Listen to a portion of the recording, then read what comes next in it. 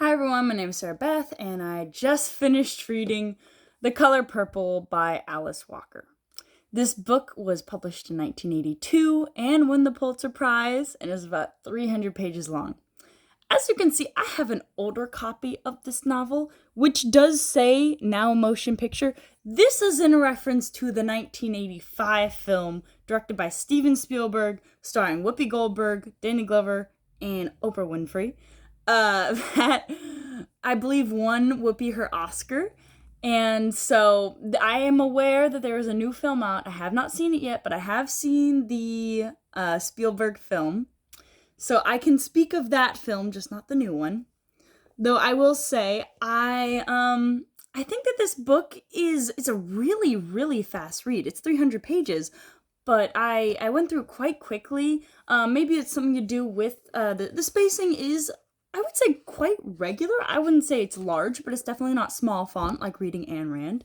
Um, and I think that it's a very touching story. It's a very sweet, touching story. There are trigger warnings, so be warned. I also will say some spoilers. Not, once again, this is mostly a character driven story, so there's not much to, in fact, spoil. There are a few beats that I will not hit, but all said and done, I think that this story is probably worth a read. I think that it is kind of integral to understanding certain plights of different people, especially coming from a background as depressing as this one. I can say that the first half of the book is extremely depressing. Almost nothing good happens. There's no happiness injected in the first half of the book, and you just feel so terrible for our protagonist, Celie. The basic premise: Celie is a young black girl living in the South. Her father raped her, and she gave birth to two children who were taken away from her. Great start. This is just given in the intro. This isn't even going into the book, by the way. And so she is married off to this older man whose wife was murdered. You learn about it later, but still not good. She has to raise these horrible children. When she first meets them, one of them literally bashes her on the head so she bleeds between her breasts. So that is a visual given to you. Something I will say about this novel, though, is she's very flippant to all the terrible things that happen to her. She doesn't really dwell on anything, which is quite interesting. And I think because of that, and because of the trauma, that's how she handles trauma.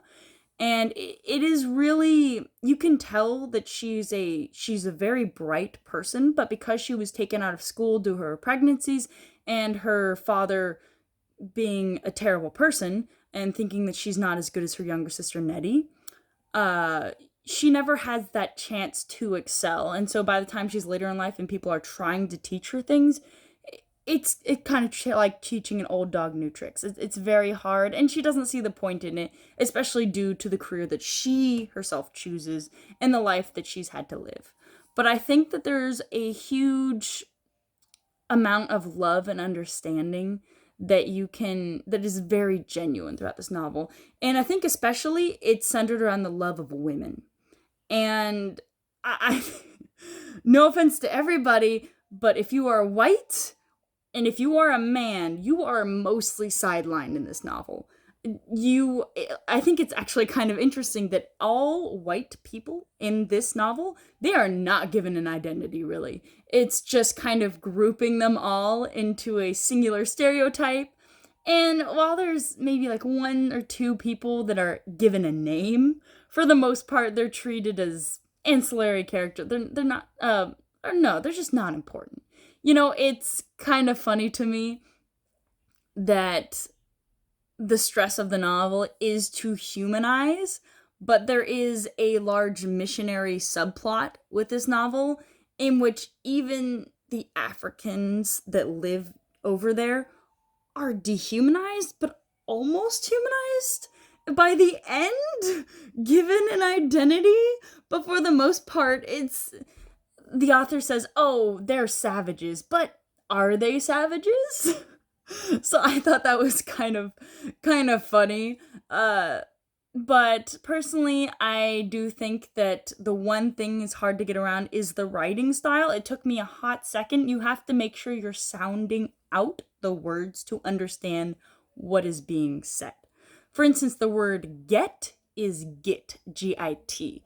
So I kept thinking Git repositories because I'm a dork, um, which is incorrect. So just whenever you see certain words, sound them out and try to make them, stick in the general conversation, I would say, because there is formal writing in the novel, but most of it is informal to reflect upon Celia's lack of schooling. The formal writing is from her younger sister Nettie, who writes her letters over 20 years, but you don't really get to, probably actually more than 20 years, but a great deal of years she's written letters by her younger sister. Something I do kind of dislike about this novel is its unwillingness to tell you the time that has passed. By the end of the novel, I don't know how old most of the characters are. There's one character, her name's Shug. She is given an age of about 60. But we know that she's older than our main protagonist, so I just have no idea how old or how much time has passed. You know that her children, Celia's children are grown by the end, and they're considered young, but I don't know how young is considered young in this context. It's just hard for me to tell. I do think that Shug's character is kind of toxic, and we're told to tell that she's not toxic. I believe there's a lot of really toxic relationships. For instance, and this is slight spoiler for something that's very old, by the end, Celie and Mr., her husband that she was married off to, who abused her for many years because she wasn't Shug, they get along fine at the end. They're best of friends, and they spend each night together talking. Not it's platonic, of course, but he essentially raped her whole marriage, and she's just okay with it. I mean, it's definitely, it is built up that Celie is a very sensitive soul, and she's very forgiving. So I guess it's okay, and it does stick to her character. But I'm not sure that you should really take much from this novel in terms of how you should be. Maybe Sophia, who is actually Oprah Winfrey's character in the film, because Sophia, she's a very strong woman, but even she gets beaten down into almost nothing. So it's an interesting tale. I don't think there's supposed to be a moral to the story. It's just kind of a slice of life novel, because I wouldn't really want to experience most of these things, and I wouldn't really say that anyone here serves as a role model, particularly, but I think that it is true to life, and there's a lot of just genuine love. Genuine women love, whether it be familial, with Nettie and Celie, whether it be platonic, with, I guess, the abusive husband in Celie, or more likely, I say Sophia and Celie, just Sophia and Celie, because that would be the woman love. And even, of course, you have the romantic love between Celie and Shug. And I think that there's something to be said by devotion and perseverance. These days, you can't get people to send a text if you haven't texted back. And you have Nettie, who writes to her sister for many, many years without any reply because her sister is stuck in a toxic relationship. Anyway, this is, I would say, not necessarily a recommendation. I think if you're curious about it, and I think it's a really prominent point of history, and I think it's a really prominent point in, literary history. So I think it's worth a read if that's just something on your list and you think to do. It's very quick read, and it's quite enjoyable. I do think that after the first half, there is large sections that kind of just drone on. I believe that the movie was right to cut it off around the half point. It kind of just skims over the last half of the novel, and I almost agree with it. I understand why the last half of the novel exists, because it is to fill out Nettie's character so that the ending is more emotional. I actually did tear up during this time, but it's not my favorite. I think if you haven't seen the Spielberg film, go watch that. Can't say anything about the new one, but definitely the Spielberg film is fantastic, Oscar winning, and hope you enjoy my review and have a good one.